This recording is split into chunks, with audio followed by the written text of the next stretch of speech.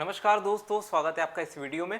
तो इस वीडियो में अपन डिस्कस करने वाले हैं गोल्डन रेशियो मेथड चक्रवृद्धि ब्याज में। ठीक है, ये 15 मिनट एसएससी शो का अपना एपिसोड 5 है। इससे पहले एपिसोड 4 तक अपन अपलोड कर चुके हैं, उसे भी आप देख सकते हैं। डिस्क्रिप्शन में उन सब की लिंक दी हुई। तो चलिए शुरू करते हैं, क्योंकि 15 मिनट होते हैं हमारे पास में और इसमें हम बहुत कुछ चीज़ें और बहुत सारे सवाल प्रैक्टिस करते हैं। तो गोल्डन रेशियो बेसिकली होता क्या है, उससे पहले हम सीखने के लिए पहले मैं आपको चक्रवृद्धि ब्याज का थोड़ा सा कंसेप्ट बता देता हूँ। जैसे मान लो मेरे पास में प्रिंसिपल जो है वो 1000 रुपये है। कितना है? 1000 रुपये। रेट मेरे पास में 10% है। ठीक है, तो मैंने कहा कि जो 1000 रुपये हैं, अगर मैं इस पर फर्स्ट ईयर में पहले साल ब्याज लेने जाऊंगा तो 10% की रेट से मुझे कितना मिल जाएगा सर? 100 रुपये मिल जाएगा। अगर मैं सेकेंड ईयर की बात करूँ, सेकेंड ईयर में मुझे 1000 पे 10% मिलेगा, कितना मिल जाएगा? 100 रुपये। तो जो हर साल बराबर ब्याज मिला है, ये क्या है? अपना साधारण ब्याज है, सिंपल इंटरेस्ट है। लेकिन अगर मैं चक्रवृद्धि ब्याज की बात करूं तो चक्रवृद्धि ब्याज क्या होता है कि सर 1000 पे तो मिलेगा ही मिलेगा, 1000 पे तो ब्याज मिलेगा ही, लेकिन साथ में क्या मिल जाएगा सर? जो भी इंटरेस्ट बचा हुआ है ना, उस पर भी ब्याज मिल जाएगा। तो फर्स्ट ईयर में तो मेरे पास में कोई इंटरेस्ट नहीं था, इसलिए मुझे 1000 पे ब्याज मिला। लेकिन सेकेंड ईयर में क्या हो गया कि सेकेंड ईयर में 1000 तो है ही प्रिंसिपल के रूप में, लेकिन ये 100 रुपये भी तो है। 100 रुपये भी मेरे पास में जो पहले साल ब्याज मिला था वो भी है, तो उस पर भी ब्याज मिल जाएगा। तो मुझे 100 रुपये भी ब्याज मिल जाएगा। कितना मिलेगा? 10% की दर से 10 मिल जाएगा। अब यहाँ पर अगर आप चक्रवृद्धि ब्याज की बात करो, लेकिन अभी मैं चक्रवृद्धि ब्याज की बात यहाँ पर करूँगा नहीं, क्योंकि मैं बस खाली आपको गोल्डन रेशियो कैसे बना वो बता रहा हूँ। यहाँ पर ट्री मेथड से बना है। अगर मैं इस 1000 को ये बोल दूँ प्रिंसिपल था इसलिए पी, इस 100 रुपये को मैं ABCD वाला ए बोल रहा हूँ, अमाउंट वाला ए नहीं, इसको ए बोल दूँ। अगर ये 100 है, ये भी 100 है, दोनों के वैल्यू बराबर है, इसलिए मैंने इसको भी कितना बोल दिया? ए बोल दिया। 10 रुपये डिफरेंट राशि, इसलिए मैंने इसको कितना बोल दिया? बी बोल दिया। तो आप ये मुझसे कहोगे कि सर जो 2 साल का ट्री बनेगा चक्रवृद्धि ब्याज का, वो कुछ ऐसा बन रहा है कि जो पी है उस पर यहाँ पर ब्याज मिल रहा है ए रुपये, फिर यहाँ पर ब्याज मिल रहा ए रुपये, और फिर ए पे ब्याज मिला कितना? बी। कितना मिला? बी मिला। तो अब यहाँ पर मैं इस ए और बी का ही क्या लिखता हूँ? रेशो लिखता हूँ। ए और बी का ही क्या लिखता हूँ? रेशो लिखता हूँ। उसे क्या कहते हैं? Golden ratio. अब यहाँ पर ए और बी की अगर बात करूँ मैं, ए और बी क्या है? तो जो ए है वो प्रिंसिपल पे मिला ब्याज है, और बी क्या है? वो ए पर मिला ब्याज है। मैं लिख भी देता हूँ यहाँ पर। अगर मैं ए की बात करूँ, पी की भी बात करूँ, बी की भी बात करूँ, सबकी बात कर लेते हैं। पी क्या है सर? पी जो है वो प्रिंसिपल है। ये क्या है? ये है interest on A, sorry P, ये कहाँ से आ गया? Interest on P. और बी क्या है सर? बी जो है वो है इंटरेस्ट ऑन ए। और यहाँ पर इन दोनों का रेशो कितना है? 2:1। कितना है? 2:1। तो मेरे पास में 2 साल का जो गोल्डन रेशो बनेगा वो कितना बना? 2:1 का बना। ऐसे अगर मैं 3 साल की बात करूँ तो 3 साल में क्या होगा? जैसे हमारे पास प्रिंसिपल कितना था? 1000 था। इस पर 10% की रेट से यहाँ पर कितना ब्याज मिला? 100 रुपये। 10% की दर से यहाँ पर कितना ब्याज मिला? 100 रुपये। और फिर इस पर 10% की रेट से कितना ब्याज मिल जाएगा? 10 रुपये। ये 2 साल की कहानी हो गई थी। अगर मैं तीसरे साल की बात करूँ तो तीसरे साल में यहाँ पर क्या होगा कि सिर्फ इस 1000 पे तो ब्याज मिलेगा ही 10% की रेट से। कितना? 100 रुपये। लेकिन जितने भी ब्याज हमारे पास बचे हुए, जैसे यहाँ पर 100 पहले साल का, दूसरे साल का 100 और 10, इन पे भी ब्याज मिलेगा। तो इस 100 रुपये पे भी कितना ब्याज मिल जाएगा?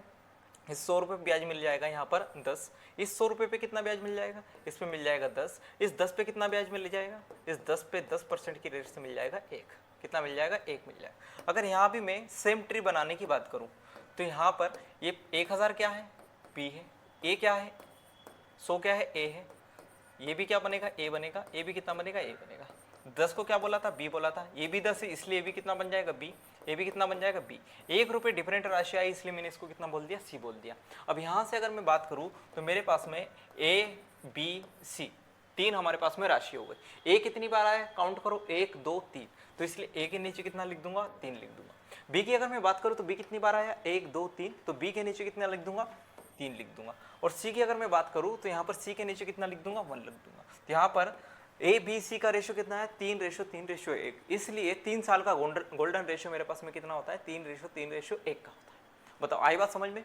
ठीक है, अब इसको अपन क्वेश्चंस पे अप्लाई करते हैं कि एक क्वेश्चन कैसे बनते हैं। पहले मैं आपको एक समराइज कर देता हूँ। देखो, अगर मैं 4 साल की बात करूंगा तो उसमें कुछ और कलर ले लेते हैं यहाँ पर। अगर मैं 4 साल की बात करूंगा तो उसमें एक और क्वांटिटी ऐड हो जाएगी। जैसे 2 साल की बात करें तो उसमें क्या क्या होता है, ए बी, तीसरे साल में सी जुड़ जाता है, चौथे साल में कितना जुड़ जाएगा, डी जुड़ जाएगा।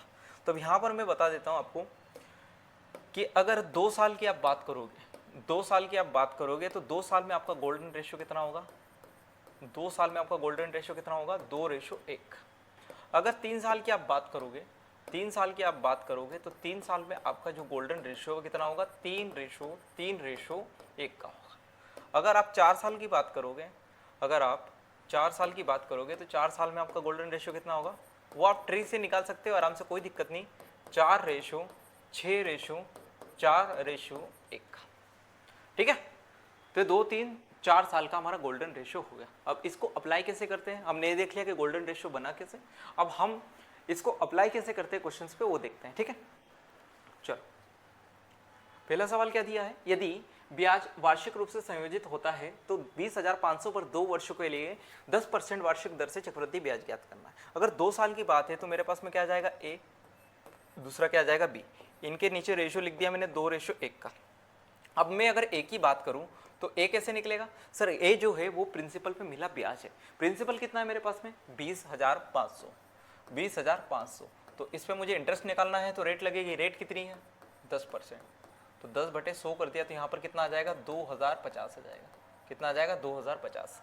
अगर मैं बी की बात करूँ तो बी क्या है, ए पर मिला ब्याज, और ए की वैल्यू कितनी है, 2050 है, और इस पे 10% की रेट से मैं ब्याज निकालूंगा तो 2 0 से 2 0 कैंसिल हो गई, कितना आ जाएगा, 205 आ जाएगा।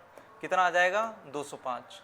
तो अब यहाँ से मैं ए के नीचे लिख दूंगा कितना, 2050, और इस पे कितना लिख दूंगा, 205 लिख दूंगा। बस कुछ नहीं करना, गुणा कर दो, 2050 का डबल करेंगे कितना आ जाएगा, 4100, प्लस 205 × 1 करेंगे कितना आ जाएगा, 205 हो जाएगा। तो यहाँ पर कितना बनेगा, 4305। तो 4305 इस सवाल का उत्तर होगा, डी ऑप्शन इस सवाल का उत्तर है। ऐसे ही अगर अगला सवाल देखें, अगला सवाल क्या दिया है, 15,000 पर वार्षिक 8% की दर पर 2 वर्षों के लिए वार्षिक रूप से चढ़ाया गया चक्रवृद्धि ब्याज ज्ञात करना है। तो यहाँ पर चक्रवृद्धि ब्याज की बात करूँ तो क्या हो जाएगा, ए, दूसरा क्या हो जाएगा, बी। अगर मैं ए की बात करूँ तो ए का रेशियो कितना है, 2, बी की बात करूँ तो बी का रेशियो कितना है, 1 है। तो यहाँ से ए की वैल्यू कैसे निकालेंगे, जो भी प्रिंसिपल दिया है उस पर मुझे क्या निकालना है, 1 साल का इंटरेस्ट निकालना है। तो यहाँ पर प्रिंसिपल कितना है, सर 15,000 है। कितना है, 15,000। इस पर रेट कितनी है, 8% है, तो 8/100 कर दूंगा, 2 0 से 2 0 कितना आ जाएगा, 1200 आ जाएगा। तो यहाँ मैंने लिख दिया कितना, 1200।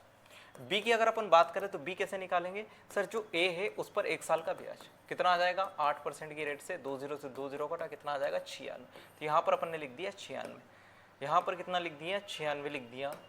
तो गुणा करो, 1200 का डबल कितना हो जाएगा, 2400, प्लस 96 का डबल कितना हो जाएगा, 96, 1 से मल्टीप्लाई करेंगे, एक डबल थोड़ी कर रहे हैं, तो कितना आ जाएगा, ये 2496 सवाल का उत्तर होगा।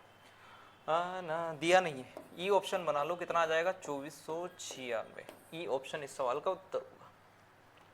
अगला है सवाल आरआरबी एलपी 2024 जो कि अभी हुई थी हमारी।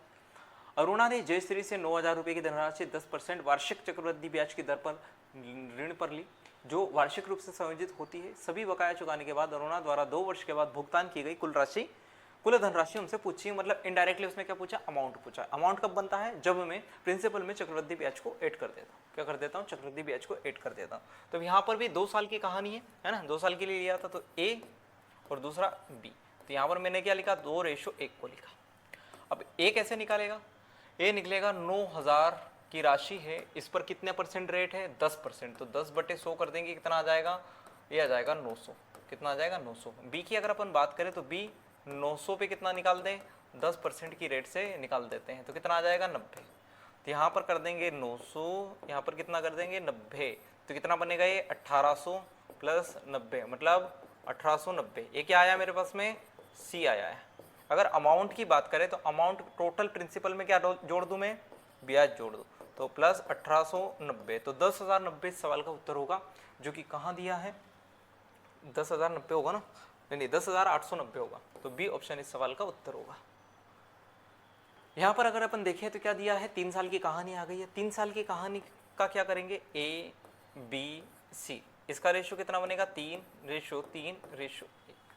अब यहाँ पर उसने क्या बोला है, प्रिंसिपल दिया नहीं। अब प्रिंसिपल नहीं दिया तो क्या करेंगे, कुछ नहीं करना है, जो भी रेट दी हुई है, यहाँ पर रेट क्या दी है, रेट दी है 10%। तो 10% की वैल्यू कितनी होती है, 1/10 फ्रैक्शन। तो यहाँ से अपन प्रिंसिपल मान लेंगे। प्रिंसिपल कैसे मानेंगे, रेट की सहायता से, जो भी बेस में होगा, लेट प्रिंसिपल बराबर, इसका अपन पावर मान सकते हैं। पावर कितनी लगाएंगे सर, 2 3 4 5 6 7, जितने भी ईयर दिए होंगे उतनी पावर लगा देंगे। जैसे यहाँ पर कितना दिया है, 3 वर्ष दिया है, तो 10 का क्यूब कर दूंगा, कितना आ जाएगा, 1000। तो यहाँ से मेरे पास में प्रिंसिपल कितना हो गया, 1000 हो गया। तो एक ही वैल्यू निकालेंगे, तो एक ही वैल्यू कैसे निकाल लेंगे कि 1000 का 10% निकाल दूंगा, मतलब 1/10 निकाल दो, कितना आ जाएगा, 100 आ जाएगा। बी की वैल्यू कैसे निकालूंगा, बी की वैल्यू निकालने के लिए 100 का 10% मतलब 1/10 निकाल दो, कितना आ जाएगा, 10 आ जाएगा। सी की वैल्यू कैसे निकालूंगा सर, 10 का 1/10 निकाल दो, मतलब कितना आ जाएगा, 1 आ जाएगा। तो मेरे पास में ए की वैल्यू कितनी आई, 100 आई, बी की वैल्यू कितनी आई, 10 आई, यहाँ पर 1 आएगा भाई, ठीक है। और इसकी वैल्यू भी कितनी आ गई, 1 आ गई, ठीक है। यहाँ पर रेशो, तो 100 × 300 कितना आ जाएगा, 300। यहाँ पर कितना आ जाएगा, 30 आ जाएगा, इसका गुणा किया तो, और इसका 1 × 1 किया तो कितना आ जाएगा, 1 आ जाएगा। कितना आया टोटल, 331 आया। क्वेश्चन में इसकी वैल्यू कितनी दी है, 1324 दी है। कितनी दी है, 1324 दी है। कितने गुना है बताओ, हमारे हिसाब से चक्रवृद्धि ब्याज आया 331, क्वेश्चन में दिया है 1324, मतलब कितने गुना है, 4 गुना। अगर ये 4 गुना है तो प्रिंसिपल भी कितने गुना हो जाएगा, प्रिंसिपल कहाँ है, यहाँ है, ये भी कितने गुना हो जाएगा, 4 गुना। कितना हो जाएगा, 4000। तो 4000 इस सवाल का उत्तर होगा, सी ऑप्शन। बताओ क्लियर है, ठीक है। चले आगे, चलो इस सवाल को देखो, आखिरी सवाल है कि 4000 की राशि पर 10% वार्षिक दर से 4 वर्ष का क्या बताना है मुझे, चक्रवृद्धि ब्याज बताना।